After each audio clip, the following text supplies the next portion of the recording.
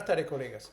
Hoy vamos a tratar lo que es la influencia la acumulación de efectos ocasionados por el proceso de entrenamiento o el proceso de adaptación del organismo a las distintas condiciones o los estrés, en este caso el estrés del entrenamiento. Esto se sabe, se conoce, por ejemplo, de ahí viene la estructura de los microciclos, mesociclos, ciclo anual, incluso los cuatrenios, o sea, de un ciclo olímpico a otro ciclo olímpico. Pero muy poco se habla o muy poco se fundamenta lo que es dentro de las propias repeticiones en una serie. Es decir, cómo influye dentro de una propia serie la cantidad de repeticiones, o sea, una repetición a la segunda. Sobre esto, la primera vez que vimos este fenómeno fue cuando estábamos estudiando en la Unión Soviética, en la cátedra de levantamiento de pesa, que era dirigida por Boroviov, fue profesor de aquel posgrado en el cual pasamos. Estamos hablando de los años 71, 73. Y la primera experiencia que vi sobre esta exigencia de una repetición a la otra fue un proceso de entrenamiento que estaba llevando Boroviov en la cátedra, parece en colaboración con Víctor Kurentsov, medallista olímpico, que estaba preparándose para los Juegos Olímpicos de 1972. En la preparación medio que me escabullí y empecé a observar qué estaban haciendo. Eran dos salas, el instituto tenía dos salas, una sala que estábamos los estudiantes y otra que era un poco más reservada. Ambas eran grandes, con todas las mejores condiciones y todo. Y observé cómo Boroviov le dirigía el entrenamiento, estaban haciendo el ejercicio arranque. La cantidad de repeticiones, o sea, la exigencia, más que la cantidad de repeticiones, las exigencias que le estaba haciendo para que en qué momento realizara el máximo que era, estaba buscando una marca de 160, 165 kilogramos en arranque. En el proceso fallaba Kurentsov y él le bajaba el peso y le volvía a subir, bajaba y a subir, hasta que una segunda vez, más o menos, que hicieron eso, hizo su marca. Al principio le costaba mucha dificultad, pero después al final realizó los 165 arranques prácticamente con una facilidad asombrosa. Bueno, ¿y esto cómo puede ser? Y a partir de ahí siempre me inquietó aquello y en que una que otra vez probamos eso. Después otra experiencia fue con Igor Evaldovich Mühlberg cuando estaba entrenando en Cuba a uno de los mejores pesistas que ha tenido Cuba, que es Gabriel González Ramos.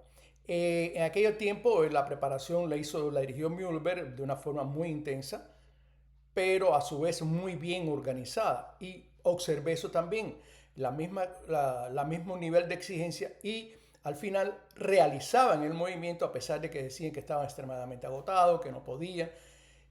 Pero siempre observé algo, o sea, presté una atención, que la técnica, lejos de empeorarse, mejoraba. Es decir, que el entrenador estaba llevando un proceso que sabía que lo podía hacer, que estaba dado por algunas que otras condiciones, en el orden psicológico, que no era el caso de ninguno de los dos, o en el orden de lo que es, después empezamos a entender que eran propiedades físicas de los músculos y los ligamentos.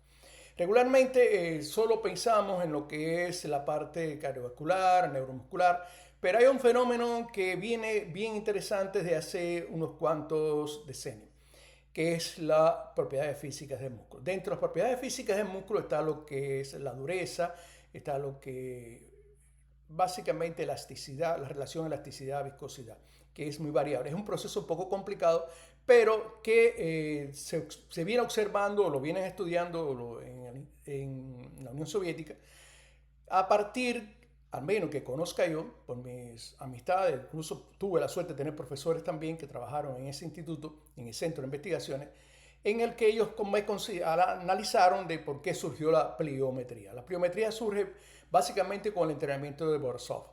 Asolin y los demás especialistas de atletismo que estaban en el centro de investigaciones empezaron a analizar, bueno, hasta qué punto o hasta qué grado de influencia tiene el entrenamiento con pesa. Y empezaron a ver que existe una relación, una correlación estadística, pero habían ejercicios como por ejemplo el squat o la cuclilla en el que la mecánica, la dinámica del movimiento no se parece en nada a lo que es el salto. Y empezaron a indagar con otros tipos de saltos y empiezan a ver cómo que el ejercicio, los saltos de profundidad además tienen ese tipo de relación, era mucho más parecido la dinámica, la cinemática del movimiento mucho más parecido a lo que era el salto, que es lo que buscaban, el perfeccionamiento de la técnica, pero además de eso que los patrones de fuerza fueran lo suficientemente buenos como para mejorar la altura en el salto. O sea, ellos parten de un principio que para perfeccionar, tienes que buscar en el desarrollo de los potenciales de fuerza que sean superiores a los que tú aplicas regularmente en lo que es el ejercicio competitivo. Bien, eso es una técnica, es una forma de cómo perfeccionar o cómo buscar un mayor aprovechamiento de los ejercicios auxiliares y auxiliares especiales dirigido al ejercicio competitivo. De ahí salieron los problemas algo parecidos a lo que es el salto, la pliometría. También se utilizó ahí, se trabajó mucho con los dinamómetros inerciales. Aquí esto fue Ratov, el que trabajó en esto en los lanzadores en atletismo. Bien, retomando al proceso de entrenamiento de pesa. En el proceso de entrenamiento de pesa está un patrón que es que ya habíamos observado aquellas formas un poco no comunes de cómo llegar a los pesos máximos, incluso superar sus marcas personales.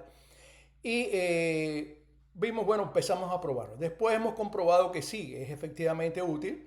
Muchos deportistas que han trabajado que les he dirigido el proceso de entrenamiento, al principio se molesta un poco porque piensa que están haciendo una repetición, le estoy exigiendo una segunda repetición, y hay veces que le pongo la tercera repetición con un peso, estamos hablando de los pesos submáximos.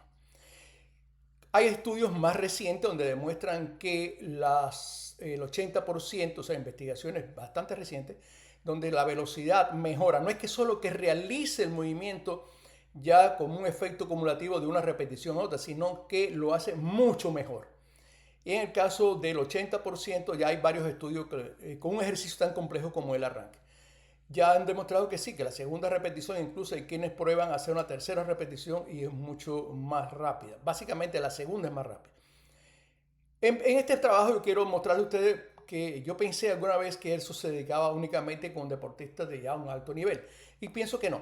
Pienso que se da de los distintos niveles, pero a partir de un buen dominio de la técnica y que tenga una buena preparación física. Este caso, por ejemplo, una deportista joven, bastante joven, los pesos no son grandes, pero con el 85% de la primera repetición y la segunda repetición se observa que fue mucho mejor. Es decir, la velocidad de la palanqueta fue mejor y la altura también fue mejor. Es decir, que la segunda repetición es mucho mejor que la primera. O sea que es un efecto acumulativo de lo que es de la primera a la segunda con los pesos submáximos. No hace mucho esta muchacha repitió este tipo de trabajo, pero ya con el 90%. Incluso tratamos de que lo hiciera hasta con el 95%. Reitero, no es una deportista, yo pensé que eso se da únicamente en deportistas que ya tenían 4 o 5 años de entrenamiento. No, en este caso no llega a los 2 años de entrenamiento, bastante joven, estudiante, y se presenta este fenómeno.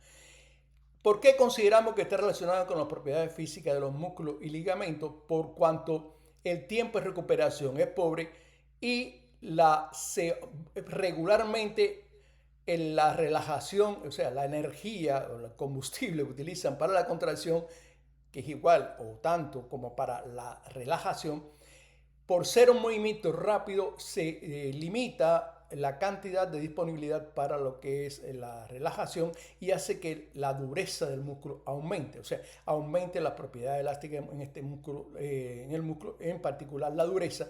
Y así hay estudios que demuestran la relación directa que tiene entre la dureza muscular y el desarrollo de la fuerza, en particular la fuerza explosiva. Muchas gracias.